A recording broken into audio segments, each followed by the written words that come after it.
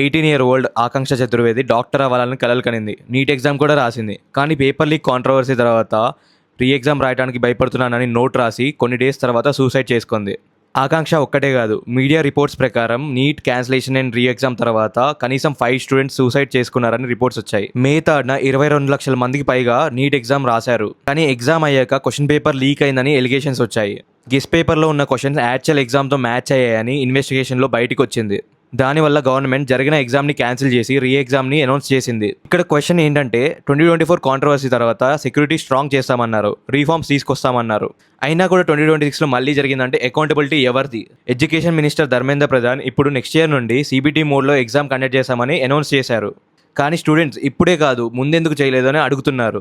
ఇది లక్షల మంది స్టూడెంట్స్ ఫ్యూచర్ గురించి. పేపర్ లీక్ చేసిన వాళ్ళని జస్ట్ అరెస్ట్ చేయడంతో సరిపోదు, రిపీటెడ్ ఫెయిల్యూర్స్కి అకౌంటబిలిటీ ఉండాలి. ఎందుకంటే ఎగ్జామ్ మళ్ళీ రాయొచ్చు, కానీ ఆకాంక్ష లాంటి స్టూడెంట్స్ని మళ్ళీ తీసుకురాలేము. మీరేమనుకుంటున్నారు? అకౌంటబిలిటీ ఎవరిది? కమెంట్స్లో షేర్ చేయండి.